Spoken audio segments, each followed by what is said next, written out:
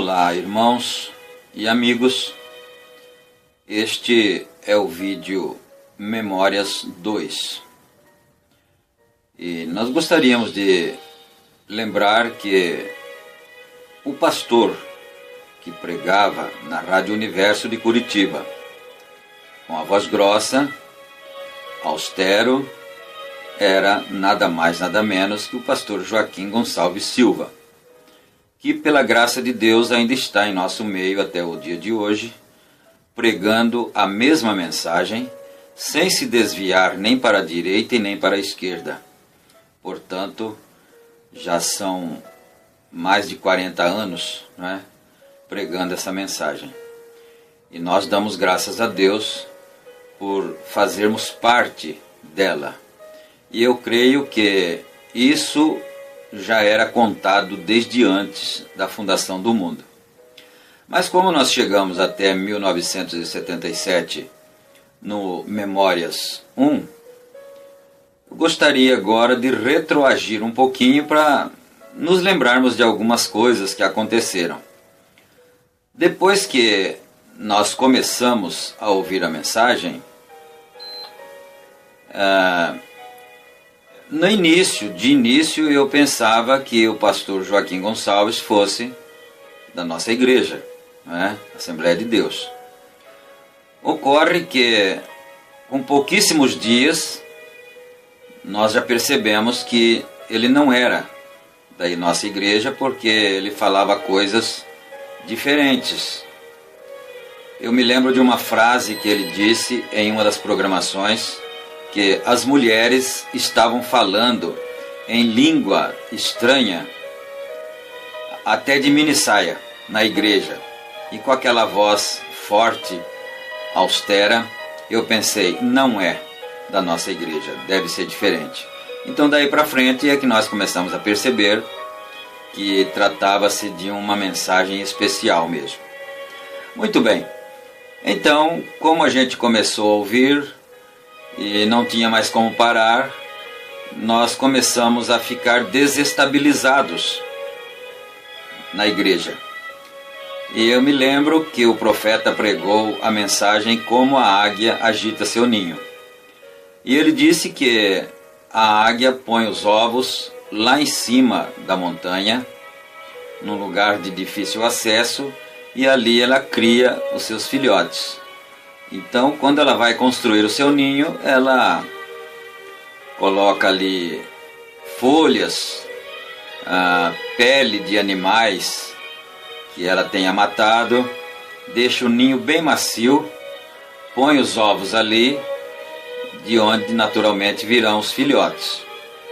Mas vai chegar o tempo em que esses filhotes precisam voar. Até então, ela os alimenta bico a bico. Mas quando chega o tempo deles voarem, então ela começa a forçar a situação. Ela começa a tirar o forro do ninho, tirar as peles, tirar aquela parte que é macia, que dá conforto para os filhotes, e deixa-os então somente entre os espinhos, entre os galhos espinhosos. E os filhotes começam a se sentir desconfortáveis, causando então neles uma necessidade de voar. E aí então se dá o fato de que eles começam então a exercer a vida como águias. E assim ocorre com o cristão, o profeta diz. Ele é criado num ninho denominacional, numa igreja boa. Ela não era uma igreja ruim, uma igreja muito boa, muitos irmãos queridos, amigos, e éramos queridos muito bem. Só que nós não podíamos ficar ali, naquele ninho. E então a coisa começou a ficar assim um pouco desconfortável. De uma igreja íamos para outra, e também não estava bem, íamos para outra, e assim foi. Então, em 72, nós saímos da Assembleia de Deus, não por rebeldia, Deus o sabe, mas porque não estávamos ficando satisfeitos com o que tínhamos ali. Fomos para a Igreja do Evangelho Quadrangular. Eu estou mencionando o nome assim porque não tem nenhum problema, nós não estamos menosprezando a quem quer que seja, estamos apenas relatando o que aconteceu mesmo, né? Então, fomos para a Igreja do Evangelho Quadrangular.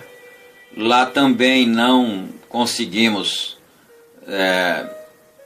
nos estabilizar, e aí fomos para o Avivamento Bíblico. Igreja muito boa, irmãos muito queridos, de quem nós temos saudades e até um profundo respeito por todos. Mas nesse tempo todo, nós continuávamos ouvindo então a mensagem diariamente. Um dia nós estávamos trabalhando na cidade de Piracicaba, e isso mais ou menos por volta do ano de 73, por aí assim. Estávamos trabalhando na cidade de Piracicaba, na rua, de casa em casa, e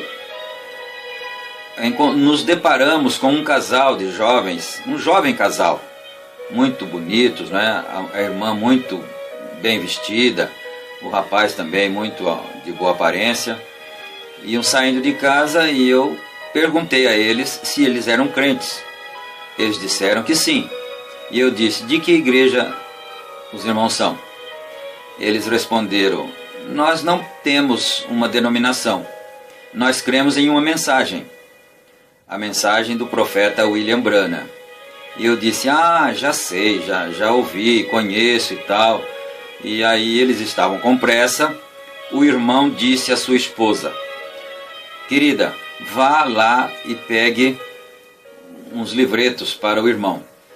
E a irmã foi lá dentro e pegou para mim o livreto O Profeta do Século XX, escrito pelo saudoso missionário Martins, ou Martim, né?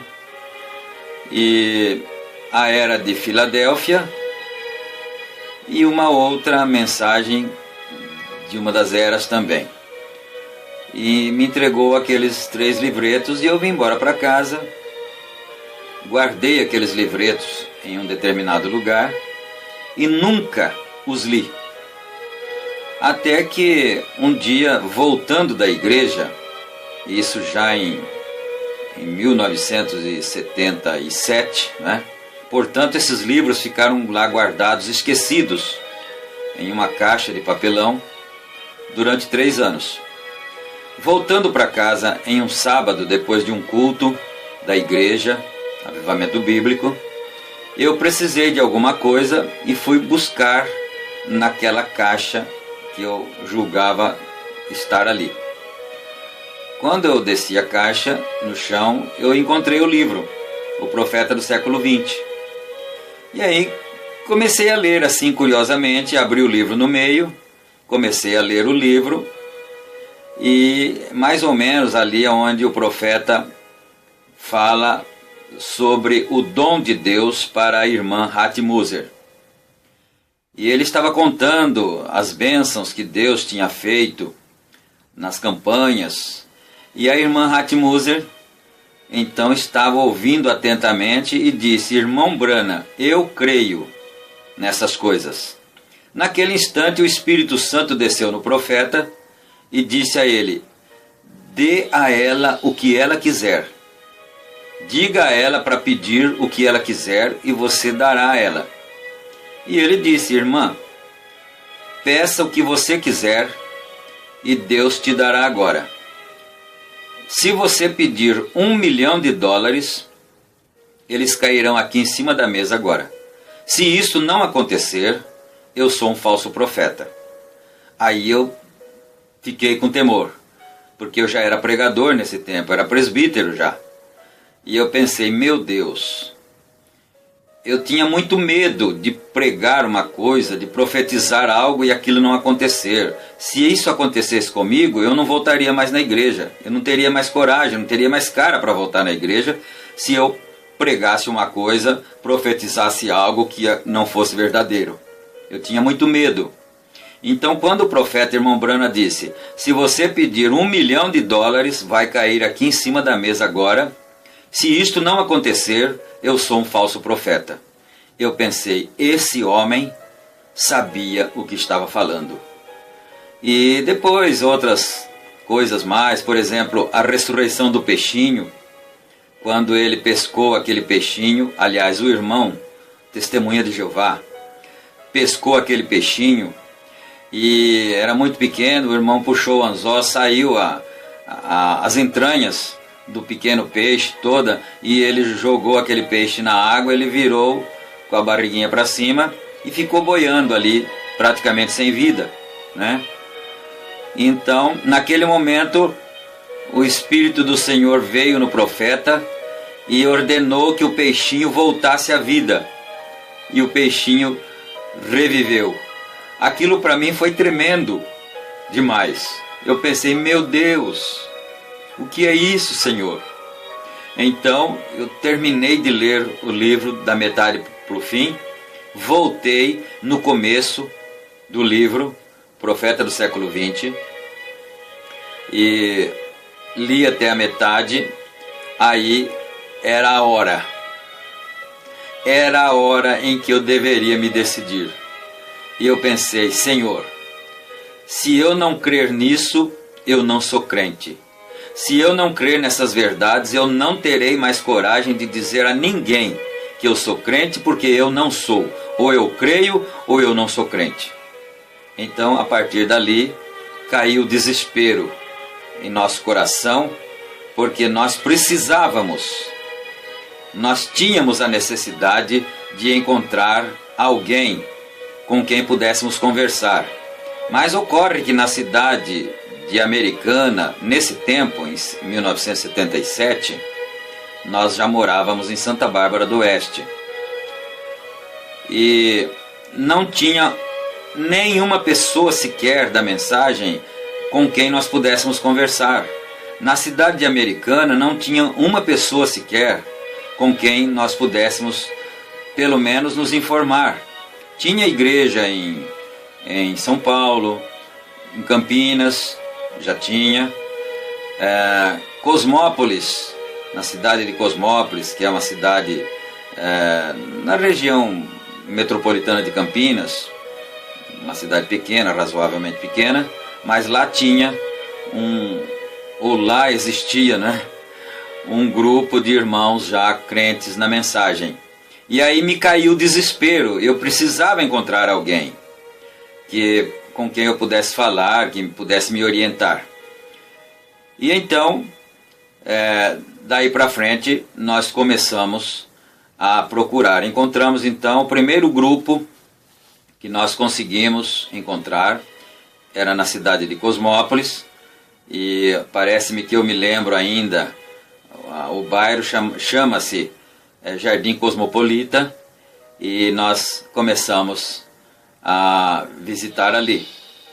Eu ainda era presbítero, ainda estava na denominação do Avivamento Bíblico, e então eu dizia para o dirigente da obra, em tal dia, que eu não me lembro se era na terça ou na quarta, eu não me lembro exatamente o dia, vocês, por favor, não me escalem para nada, que eu tenho compromisso. E eu saía e ia para o culto, não é? E naquela época o nosso saudoso pastor Magalhães, que já está lá no descanso, na glória, era evangelista. O primeiro culto que eu assisti foi com o nosso saudoso pastor Magalhães.